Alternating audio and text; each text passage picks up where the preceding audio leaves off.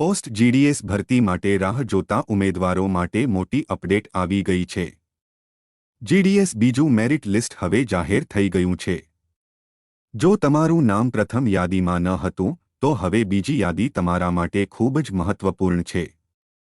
તમારું લિસ્ટ જોવા માટે ઇન્ડિયા પોસ્ટની ઓફિશિયલ વેબસાઇટ ખોલો, જેમાં જીડીએસ રિક્રુટમેન્ટ સેક્શનમાં જાઓ, તમારા સ્ટેટની લિંક પસંદ કરો અને આપેલ બીજી લિસ્ટની પીડીએફ ઓપન કરો।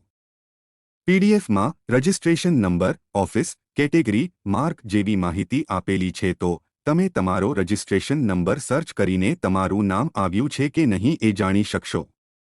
જો તમારું નામ આવી ગયું હોય તો શું કરવું? તો તમે જરૂરી ડોક્યુમેન્ટ રેડી રાખો અને ડોક્યુમેન્ટ વેરિફિકેશન માટે તૈયાર રહો। અને જો નામ ન હોય તો હજી પણ ચાન્સ છે, ત્રીજું લિસ્ટ આવવાની શક્યતા બની શકે છે।